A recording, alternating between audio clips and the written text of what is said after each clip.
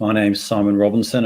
If you don't know me, I'll tell you a little bit about myself shortly, but just some housekeeping notes. I think we actually automatically mute you these days. This is our, I think, 5th webinar in so many weeks, so we're getting better at it. But please feel free to put questions throughout the presentation, and we will answer those at the end. So if we could move to the next slide. It's okay. Today is very much, it's unplugged. It's we're going to try and be as factual and honest as we can be, and the sort of things that we are working with and trying to do in these very uncertain times. But one thing that we're very, very certain about is that we as asset managers or property managers, however you want to see it, is that our job is in actual fact is to future-proof your vacation/rental home, whether it be in Niseko or in Furano. So if you go to the next slide, please. So a little bit, first of all, about myself. So I turned up Simon Robinson. I'm the founder, president of Hokkaido Tracks. And my goodness, I've been here nearly 20 years. And this is the 3rd time, if you can believe it, that I've been through something like this. And I'd like to share a little bit of that experience with you today. And our approach is very different than last two times. Last two times it was very much about cutting back to the bone and sitting tight and discounting. But in doing that, what we didn't do, we didn't actually protect the asset. We didn't protect the owner's asset. And so we've really changed our strategy. And this is from what we've learned. And so what we see ourselves now is that our role is very much to be working with the owners in regards to maintain liquidity, maintain value. And if you look at historically, and as I said, 3rd time, my goodness.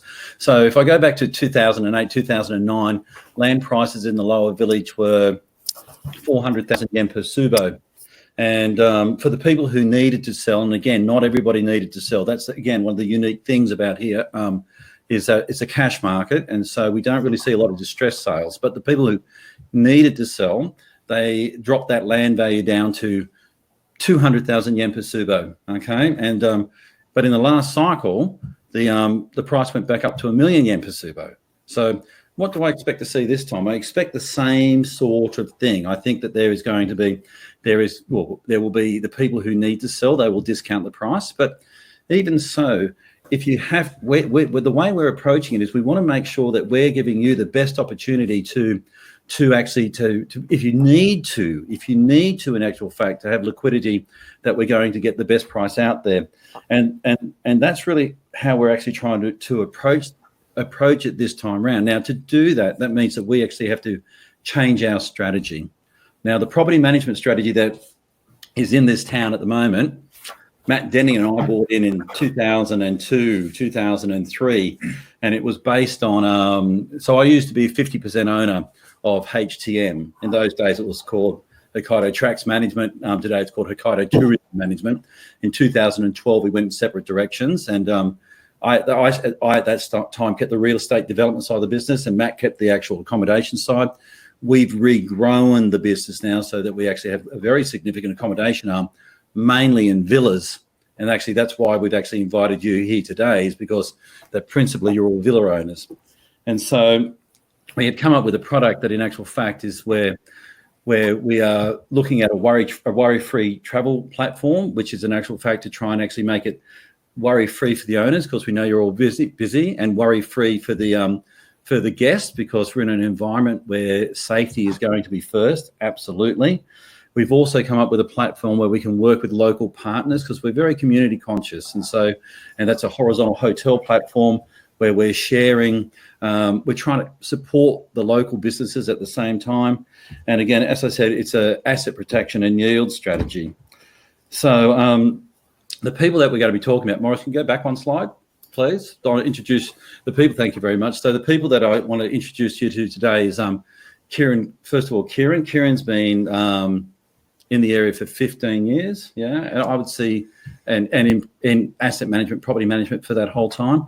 I would see Kieran as probably the most experienced asset management in town, dealing with estates, condos, villas, management associations, individual ownership, and mixed usage. A very knowledgeable guy. He knows his stuff. And then the other smiling character there is Morris Sim.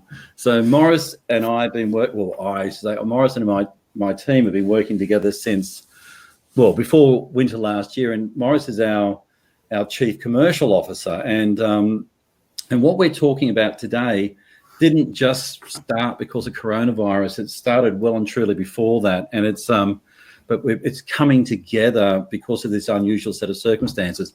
Morris is a technology and hospitality expert, and expert is actually understating the ability and the knowledge that he has. He has a phenomenal background in luxury hotels. He's works actively with a premium resort property in Thailand, very similar to what we do here. And he's bringing that knowledge into what we're doing. And it's a lot, again, very much in strategy and communication. And what you will see, what we're about to present to you, it comes from the combination of the knowledge of all the organisations coming together. So can we go to the next slide, please, Morris? Oh, one thing I forgot to add. Morris also had to live through SARS. He's Taiwanese, and so when the products that we're developing and have developed and actually are released into the marketplace now are very much based on how do we deal with this new environment, because the environment is new. So how do we see our future? I mean, our future working with you is to overprotect you and your assets and to hedge against future uncertainty.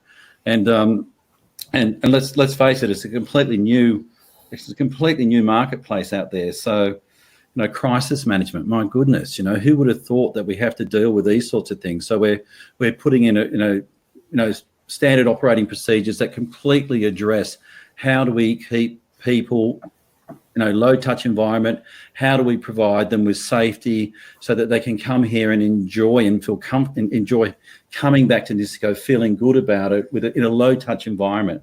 But to do that, we actually have to have new market outreach. And so we've got a whole plethora is the correct word of new websites and distribution channels that we're working on that which are about to be released. So new HT Stay, the All Niseko Pass, the Rent Niseko platform, just to name a few, is in actual fact is the basis of how we're going to bring this together.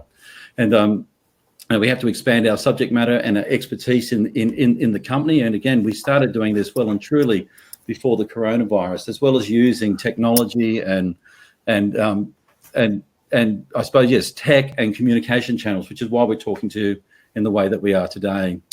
So can we go to the next slide, please, Morris? So a little bit more about Hokkaido Tracks. We refer to this as the circle of love, and so the business model that we have is different than most of the other organisations in town, and that's why we're actually sitting here today with we haven't needed to take the drastic measures of cutting to the bone and reducing staff and trying to work out what we're going to do, because we have an integrated service model. So we have a real estate division, a project development or project management division, an asset management division that actually Kieran runs, and a vacation rental side. Now, the vacation rental side is, in actual fact, is what we're going to be, the asset management and the vacation rental side is what we're going to be focusing on today. But the reality is that when you actually engage with Hokkaido Tracks, you engage with the whole organisation, you engage with an integrated service. And I think that's something that's quite unique in what we do, so that we don't isolate out the organisation. You can engage into the whole organisation, which I think gives quite a level of comfort and a level of experience. But again, I'll let Morris and Kieran explain that further. And just one last slide before I handle on to Kieran. No, Morris, actually. I'll handle the Morris first. I think this kind of tells us where we are, where we have a brand new ball game. If you look on the green side, this is a shift in spending patterns, okay, and these patterns are changing all the time. I mean, this is probably now, I don't know, 6 weeks old or 4 weeks old. But again, even in that time, how how everything is opening or how things are planning is changing. But what we principally do is in regards to lodging and cruises and airlines, we're in the red side, unfortunately, of the chart. We're in the area that in actual fact has been most dramatically affected by the change of spending patterns at the moment. The green side is where there has been such an increase in the change of spending patterns, just because of anything that actually can be home delivered or home based or video streaming. Now, this will continue changing. So our trick, of course, is in actual fact is to work out how do we provide the service that is required so that we can in actual fact move into the areas that are growing. And on that, I would like to hand over to an absolute expert in this area, Morris Sim. Well, thanks, Simon. So good morning, everybody, and thank you for joining us today. Hopefully, for the remainder of this webinar, we can impart some useful information to you with respect to the context of the real estate market that we're in, and also as it relates to the travel market overall. So as the commercial guy here, I obviously kind of look at these trends all the time and try to figure out what exactly is it telling us. And when we see the categories that are doing well in this pandemic in the green over here, versus the categories that are not doing well, there's some patterns that we generally can detect. One such pattern is that the categories in the green are generally digital, and the ones that are in red are generally physical. The second similarities that we see amongst the green categories are generally they are on demand, whereas the ones that are in the red are generally scheduled. And then the other interesting thing that we kind of see in the green categories are they range from the essentials and to the time wasters.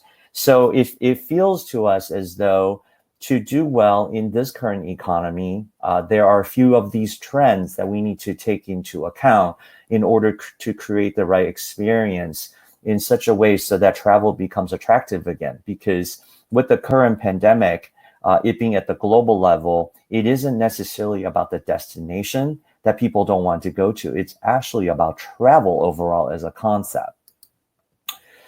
And certainly, this is probably a chart that you can relate to if you have properties in Niseko in which you were renting over this past winter. So STR, which is the market benchmarking and market research company for the hospitality business, came up with this report pretty closely after the state of emergencies were announced in Japan. And here you see a rapid decline in occupancy from the 70% or so down to the teens by the end of March or so.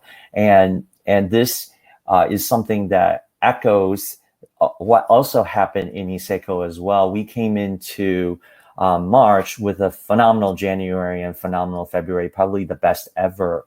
And then when Hokkaido government announced the state of emergency at the end of February, we saw our March bookings basically about half of them canceled. And by the time we got to the middle of March, we were just basically at the same level as what you would see on this chart over here.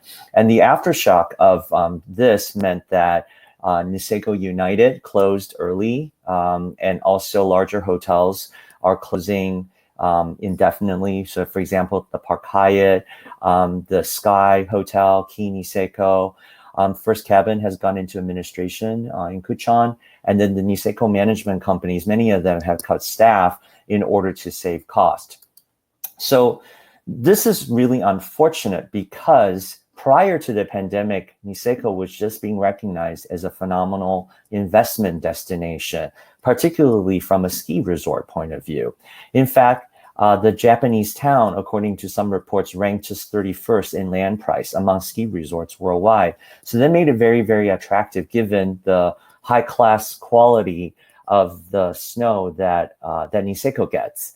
So, we kind of have to take what's happening in the marketplace in relative context to what has occurred over the last decade or so in terms of Niseko transforming from a town that cater mostly to expert skiers and do-it-yourself ski and ski out people into something that has become more of an international destination.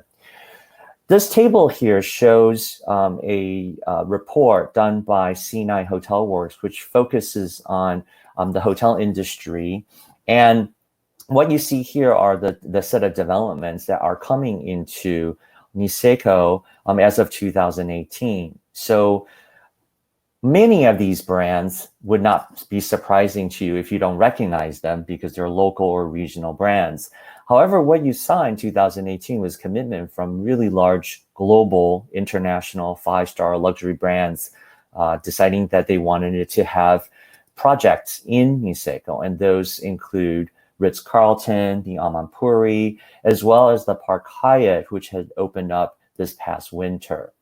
So with the international players coming in or already committed towards development in this area in here, you can basically bet that Niseko will not look the same as it has in the past, because the overall value of what the destination has to offer for a lot of these brands are both not only in terms of the quality of lifestyle that affords its owners, but also the quality of lifestyle that would be appropriate for travelers that would be coming to this area here to enjoy the activities that are in Niseko.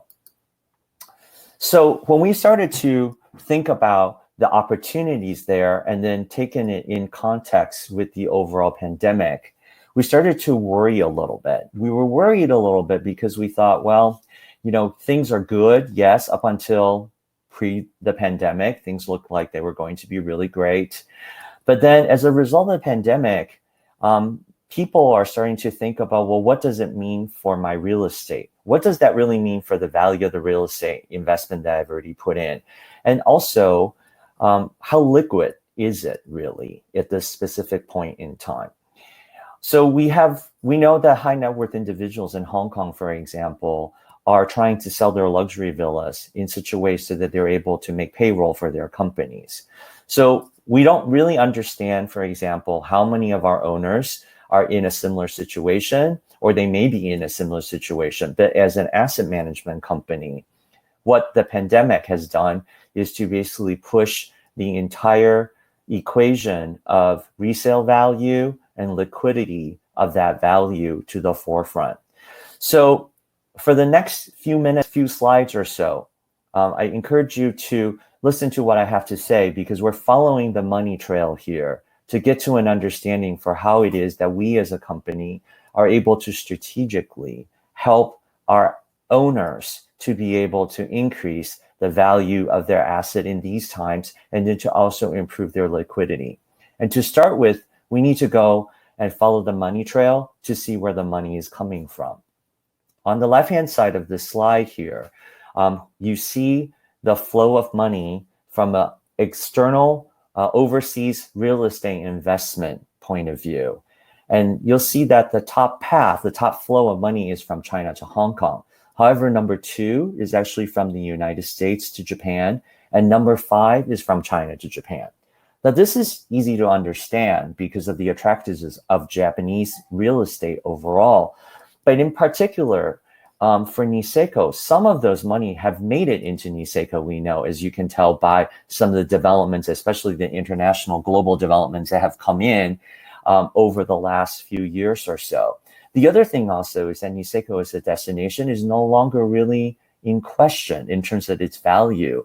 One such indicator is the fact that Niseko this past February finally made it into the New York Times 36 hours in travel section. And this is a really big thing, because what the New York Times did was actually to commend the area for not only being a really great ski town, but to also have supporting lifestyle type of services from a culinary and cultural point of view in such a way so as to make the overall destination really valuable. So we know at the very top level, money is coming in, money has been coming in, and we suspect that it will continue to come in, not just from the China and the United States, but from elsewhere as well.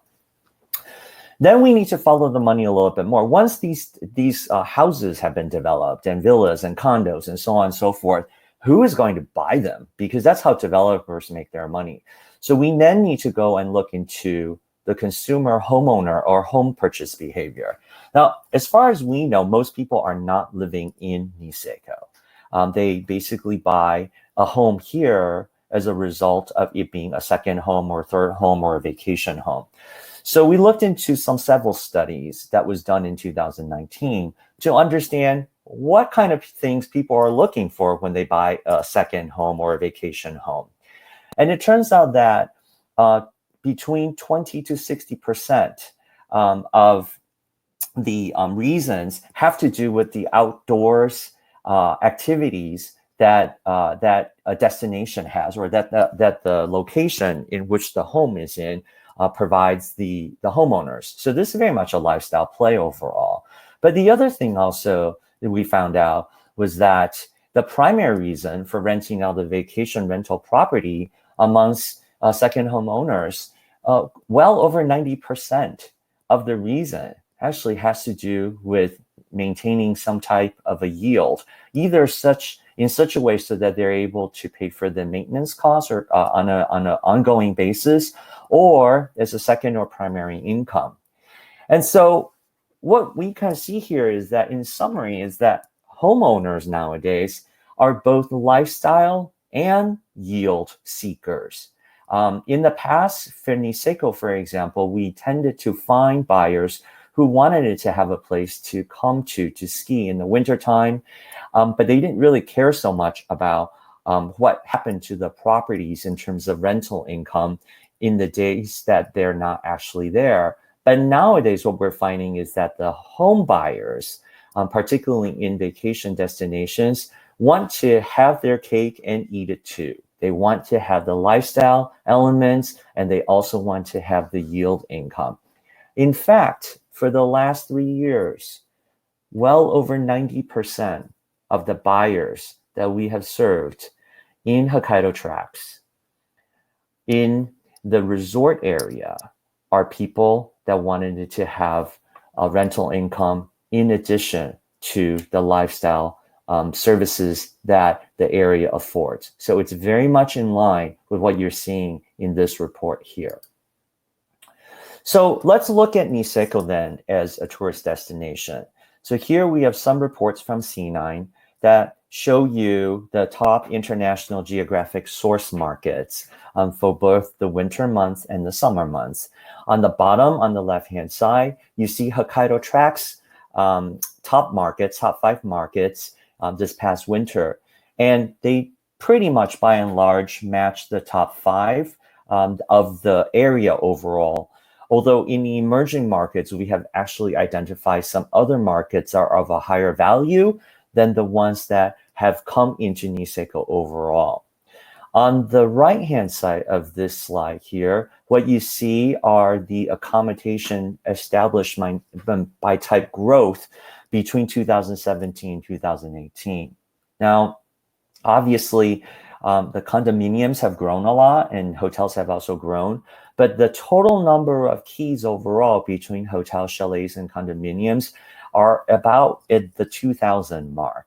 And this is very interesting to us because in the absence of the pandemic, we would probably say the hotels have the economy of scale from an operational point of view, and certainly the international brands have the brand power going for them and the distribution power going for them, so that they're able to probably do some clever things to drive up the demand for occupancy in hotels.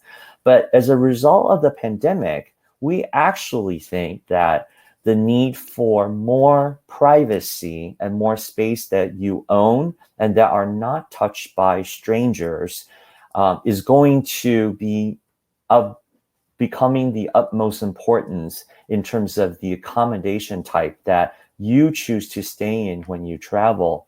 So from this standpoint, we think chalets will be preferable over condominiums, and condominiums will be preferable over hotels.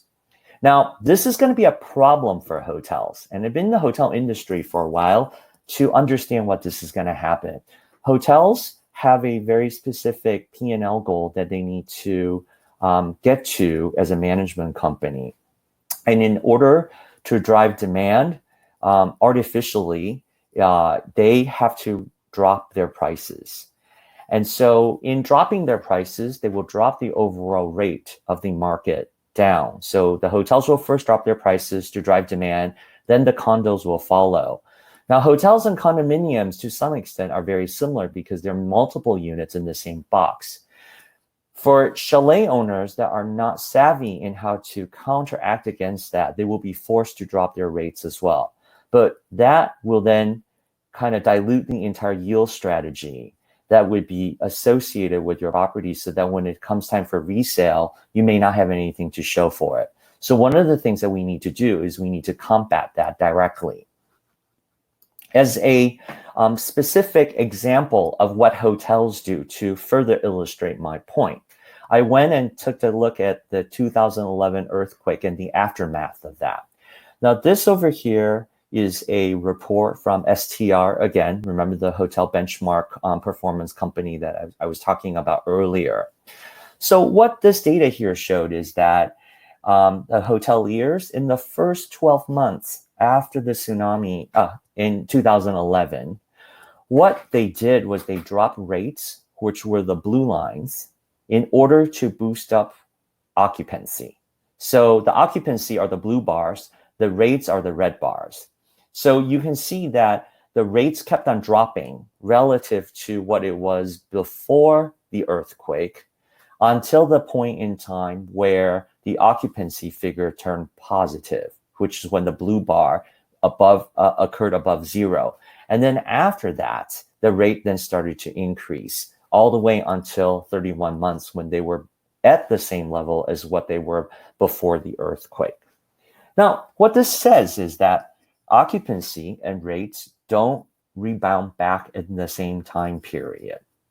And this is a very important point because hoteliers have large inventories of similarly typed rooms.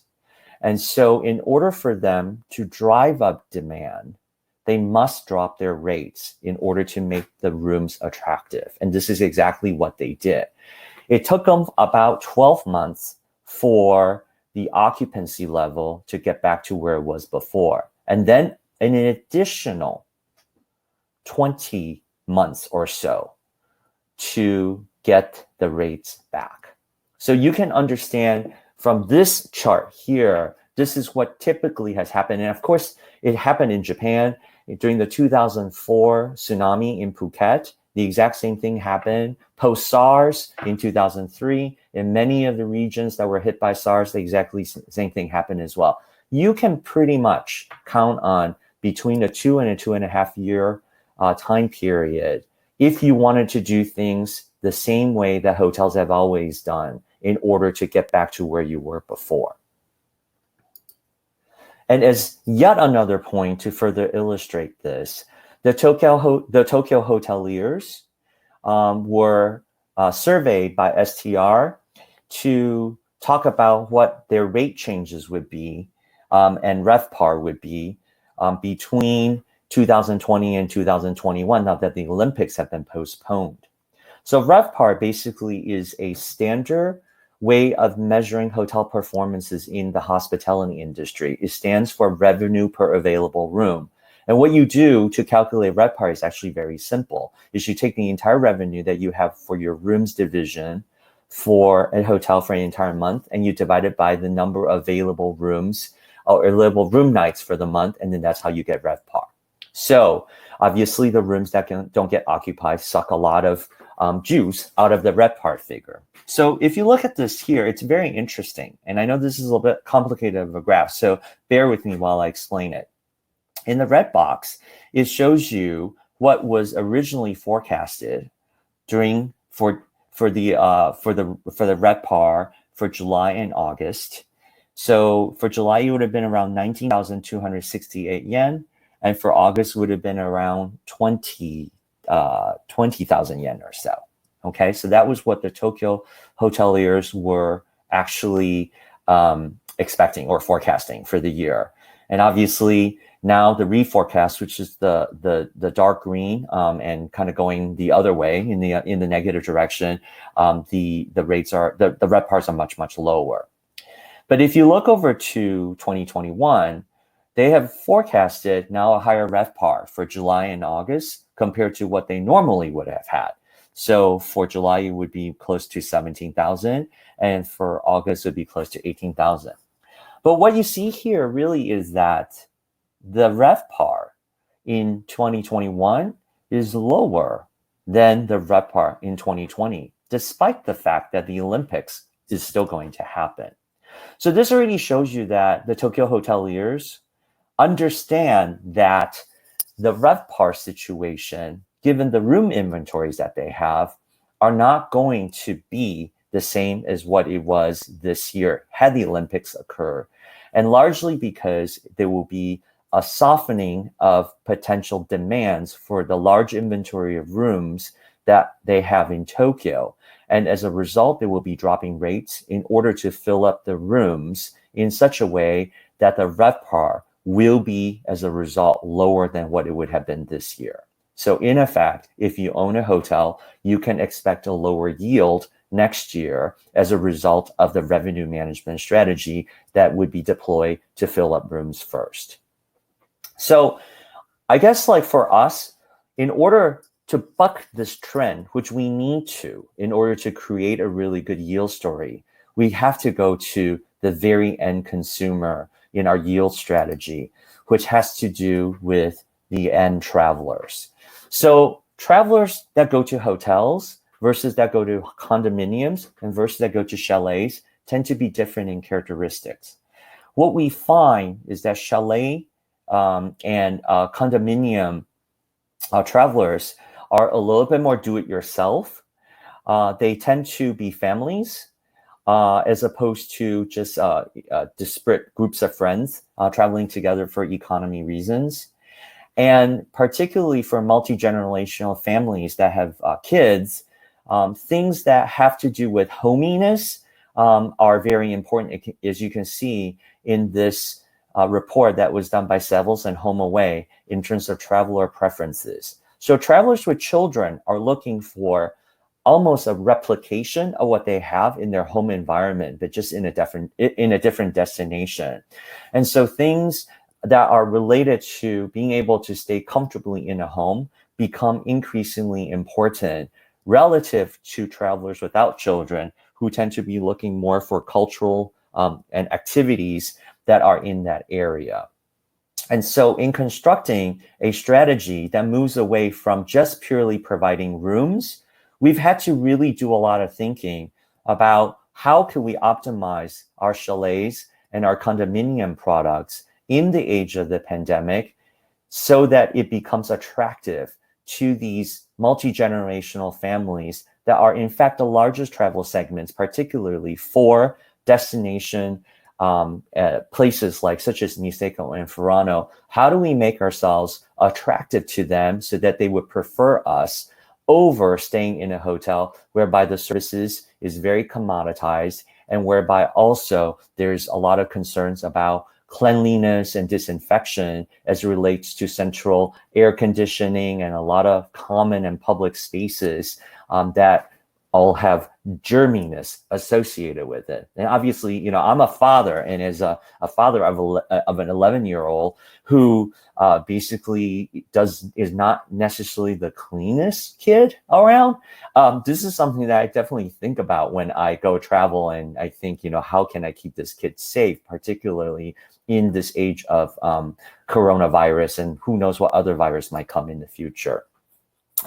So it's not going to be easy. You know, there's a perfect storm that's forming that is creating a new norm. And largely, we've already touched upon most of these points. From a transportation point of view, we don't really know who's going to get here, how they're going to get here, when the borders are going to open, when it's going to close, when people have to get out and suddenly cancel their reservations and change this and change that and so on and so forth.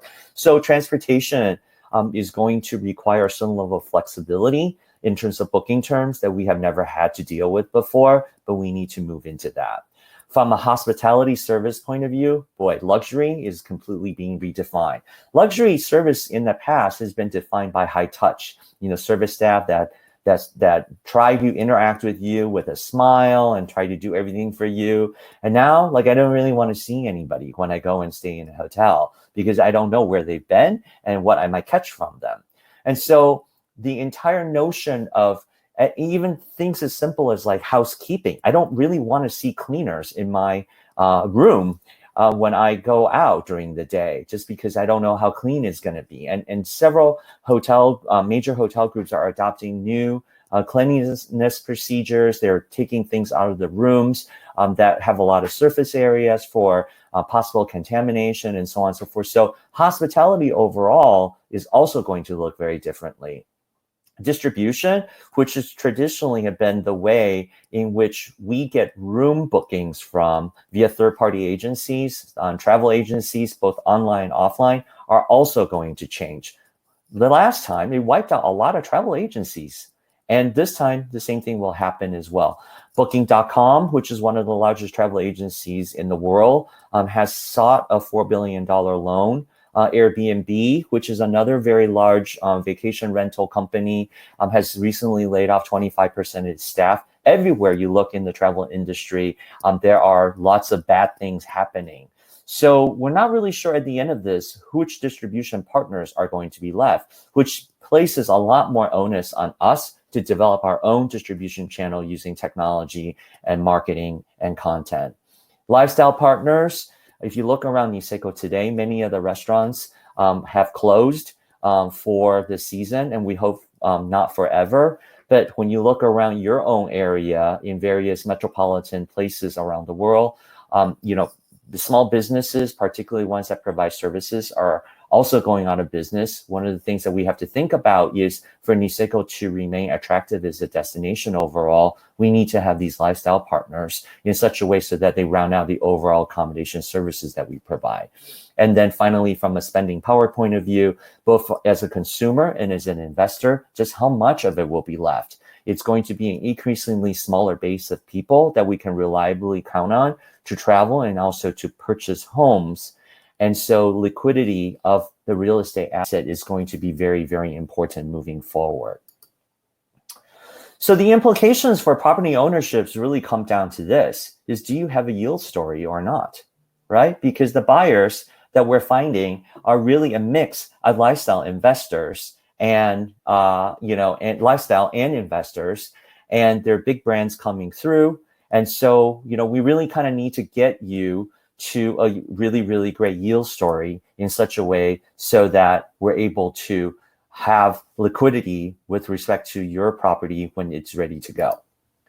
So I'm going to quickly go through how we're going to do this, and Kieran is going to then take over and talk specifically about the services. The first question that we need you to answer is, what type of homeowner are you? Based on our research and our understanding of the market, there's two primary dimensions in which we think about. One basically have to do with service, and the other having to do with investment. So we largely classify these into four categories: business class, first class, frequent flyer mile, and low cost carrier. So this just really depends on how much of yield it is that you're expecting out of your property and how much service that you want.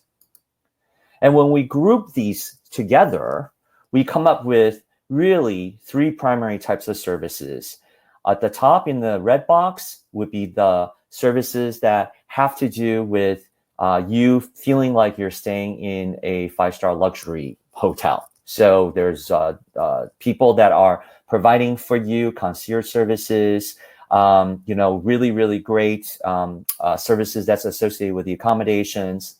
In the green box are people that are looking for income based on their rentals. So rental income, they're treating their place as a business overall. And then in the blue are people that are looking really for long-term capital gains, which is really everybody. When you invest in a piece of property, you hope that by the time you sell it, you're able to get some value out of it long-term. And the orange dashed line is where HT have been traditionally, although in the last few years or so, we've been increasingly moving towards the right. of this magic quadrant in such a way so that we're able to accommodate our buyers and our owners' needs. And then in terms of purchase in the future, then what we've done is we've overlaid the potential types of buyers for your properties in the exact same quadrants. So the 4 types of buyers we would basically say would be our high yield and cash cow, which would be on the right side of this graph here, versus palace and hold'em. So the palace buyers are the people that just wanted to be treated like royalties. Okay, so to them, the home is their castle and their palace, and they're not going to rent it out, and they just want to be treated like a VIP every time they come in. And then hold'em typically are people that are purchasing outside the resort areas, that are holding onto land in a land bank and waiting for the area to basically get hot so that they're able to develop the land or to sell it for a profit. But as I mentioned earlier, more than 90% of HTs, the buyer in the resort areas, are looking for rental yield for the last 3 years or so. And we presume that for those of you that are on the webinar today, you would probably fall more into the category whereby your likely buyers will be coming from the green box. So what Kieran is going to talk about now is how the asset management division overall is going to help you achieve that. Kieran? Thank you, Morris. So as the asset manager in the company, keeping all of that in mind, what Simon and Morris have introduced so far, and all of that context, my role really is to consider every property individually, as well as every investor individually, and consider how we can actually maximize their investment. If we take the people on the left side of this chart first, these are the owners where yield is not their primary reason for investing in either Niseko or Furano. So with these owners, they're really all about lifestyle or holding the property for capital gains. Even in this group, we still have effectively 2 kinds of clients that we deal with. Some owners in the bottom left quadrant here, they have a lot more free time on their hands and they are able to get deeply kind of, on a day-to-day basis involved in actually how they run the property and the property management. They have the time and the energy to do some of the things themselves. For these owners, we have a minimal package of a management package that we call the Essentials Plan. The Essential Plan basically provides basic bookkeeping services that all of our properties require, and then it provides another package or a menu of services that owners can choose from on top of that on a user pays basis. The majority of our owners are actually in the top left, in the capital gains side of the equation. The majority of our owners are in the top quadrant here, the top left quadrant. So for most of these owners, they actually want a hassle-free management solution. They want assurance that their property is going to be taken care of in a way that actually maximizes their investment and leave it to HT to get on with that job.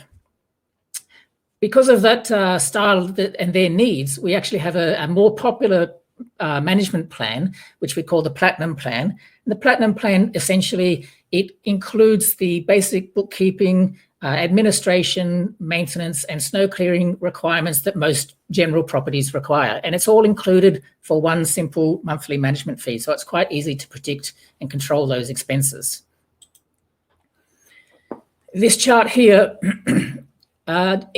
basically shows the inclusions for both the Essentials and the Platinum Plan. As you can see, the Essentials is basically bookkeeping services, but of course we provide a suite of services on top of that to the owners on a user pay basis. That suite of extra services that we can provide are actually listed in a menu of services that have fixed costs against each service. So why do we provide fixed costs in our service list? There's actually 2 great reasons why we do this, and this has come out of the feedback we've had from our owner clients. The first reason for fixed costs is that in advance, owners already can see and predict and understand how much it's going to cost to actually have that service. So whether it's liaising with the Japanese tax accountant, having a light bulb changed in their property, or responding to a boiler that's not producing hot water, it's very predictable, and they know in advance how much that's going to cost. The second benefit of this fixed cost basis for the services is that the risk, if it's entirely done on a time charge basis, then there's no kind of responsibility on the manager to actually manage the efficiencies of the work. So because we provide fixed costs for these services, the entire risk is on HT if there's any inefficiencies in the workflow. For the majority of our owners, and as Morris said, it's actually around 96%, the majority of our owners actually require a yield solution as well. And this is the primary reason why they invest into Hokkaido property.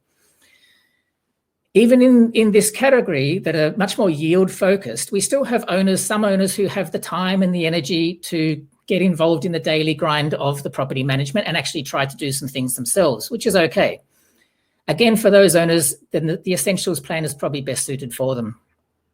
Again, the majority of our owners actually want a hassle-free solution, and they want that assurance that for a fixed cost every month, the majority of their maintenance, snow clearing, administration, bookkeeping, etc., is all taken care of by Hokkaido Tracks and taken care of in a way that maximizes their revenue. So wherever you are, whether it's capital gains or yield generation, we have different plans that can solve that for you. Of course, those people who are focused on yield, of course, Hokkaido Tracks, we need to ensure that there's a yield generation strategy that supports that. So we have a four-pronged approach to our rental strategy. The first here is worry-free travel. As Morris said, traveling with a child, for example, or really any of your loved ones, the biggest concern at the moment is not, can you actually afford to travel? The biggest concern at the moment is it safe to travel with your loved ones, and do you feel secure? And do you have all of those concerns removed so that you can get on and enjoy your holiday? So we have a worry-free travel platform for all of our rental properties. And to do that, what we've done is create a suite of services that are packaged with the accommodation. So the guest pays one price for the entire package. It's not just for the accommodation, but actually coming with that is a suite of services that provide luxury lifestyle and luxury holiday experiences, but also in a low contact way, so that they're not feeling the stress about pathogens and so forth like that. It's a safety first package. Correct? Correct, yeah. Okay. So along with that, because we are leveraging the accommodation through this suite of services, we're actually keeping rates high right across the year. Our rates are actually pitched around about the old Chinese New Year rates, and we're holding those flat right across the whole year with a slight peak around Christmas and so forth. We are not approaching this at all on a discount strategy. A discount strategy, in our mind, does not provide the solution for the customers, whether that is the guests that are staying here or you as an investor, essentially. And finally, we also have we have a Best of Niseko platform. In the Best of Niseko platform, we work very closely with local authentic suppliers, and those authentic suppliers are effectively providing a great lifestyle experience for our customers. We do. Can I jump in? Sure. Okay, so just if you go to the worry-free travel, you can actually go and the site's up live now, and it's www.rentniseko.com. And actually, we released that this week, and we're getting interest out of it's based on, if I look at myself as an example, where my family and I want to be able to get away. I've been locked up for 2.5 months. The kids are going crazy. How can we actually go somewhere, right? And so we've actually this is an actual fact, a product that we've actually put out, and I'm very pleased to say that we're already getting positive responses. So it's our way of actually trying to be innovative in a time of challenge. Back to you, Karen. Thanks. Yeah. So as Simon said, you can actually look at that at rentniseko.com. It really has a lot more detail that we can cover today. Our distribution and marketing strategy, in the middle there you can see HT Stay, which is our main accommodation and services website. Above that, you can see the traditional methods of distribution and marketing. So of course we have travel agents, social media, print advertising, and the usual search engines and so forth. As Morris said, really that whole area, which we will still continue to use, is in massive disruption at the moment with the coronavirus and so forth. He referenced Airbnb and Booking.com and the loans there and that sort of changes. So because of that disruption and change, there's actually going to be less reliance in the travel industry on those traditional methods and much more importance placed on our own direct and digital innovation that we're taking on inside the company. So below towards the bottom there, you can see some of those strategies and new websites and so forth that we're producing. RentNiseko.com we just talked about, and please do go there and have a look because it explains worry-free travel in a lot more detail than we can cover today. All Niseko Pass and all Furano Pass are ways we connect with those local authentic suppliers. And if people book through this website and through the platform, they, as included in their accommodation, they receive coupons that connect them through to these local providers. We had one customer last winter when we rolled this out. I think they booked about a month-long stay and they walked away with 1 million yen worth of coupons that they were extremely happy to receive. Best of Niseko. So Best of Niseko is a review website that we are creating. Airbnb at the moment does a great job of reviews and so forth for chalets, and TripAdvisor is very similar for hotels, but it doesn't really suit what is actually provided in the Hokkaido market in Niseko and Furano. So we're creating something where guests can actually review the accommodation and the services provided. And again, it's another way of us promoting the work that we're doing. And HT Club is our loyalty program for both owners and for guests. Of course, that's a method that we use to encourage not only returning customers, but also referrals as well. So really what we've got here is like, we've got the program, which is worry-free owners, correct? Which is what you actually went through on the asset management side, where correct. You package it together. And then what we have on the other side is, in actual fact, is the strategy of how we actually produce a yield in a time when it's different. And so it's the two platforms working together that in actual fact give us our point of difference. Exactly, correct. Okay. And so to bring all of that into a summary here from the investor's point of view, of course, for those investors that require that yield, it's all about the bottom line at the end of the year. And of course, we're taking that year-long strategy.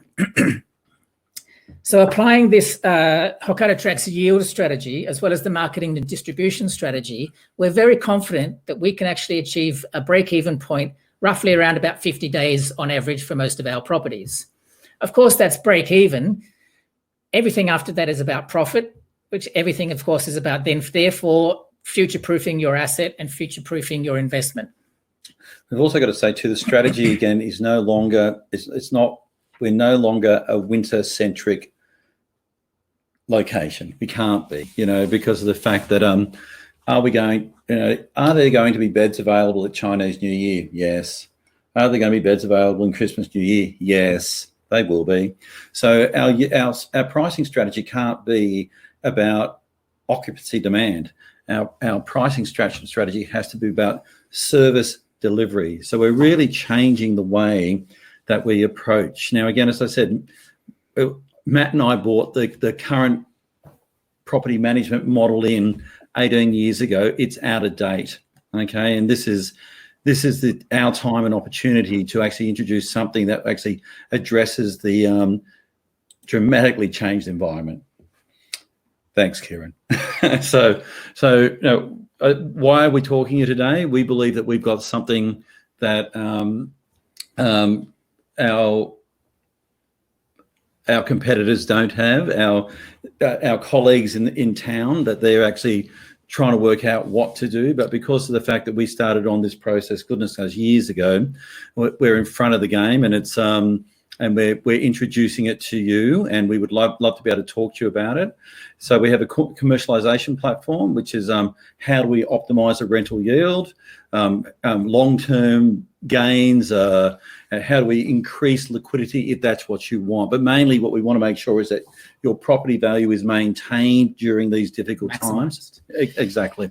I mean, in the past, people would come to, and again, in the previous time around, they'd say, I want to put my property up for sale. And then Paul Buckovich and I would run around, would actually find a buyer. And then when someone would make an offer, they'd say, oh, fantastic. I don't think we'll sell it. They just wanted to know what their balance sheet was going to be. So we wanted to make sure that we're going to maintain those values. The service platform, the worry-free travel and worry-free ownership, you know, it's going to become a category. It's going to be something that other people are going to offer eventually, but we're just doing it first. And so it gives us the opportunity this year to be in front. And of course, we will keep innovative because we actually have a very, very talented commercial team, which is one of the new things that we as an organisation have brought in. So we have an innovation platform, which is marketing technology and the business model. And we are going to see more technology come into what we're doing in regards to how do we actually make things more efficient. And on the back of that, I'd like to say thank you very much. And please feel free to contact us directly if you would like to talk to us further. We would love to talk to you in more details, or you're welcome to contact me or Kieran or any of us directly. So thank you very much. Thank you much, everyone. Thank you.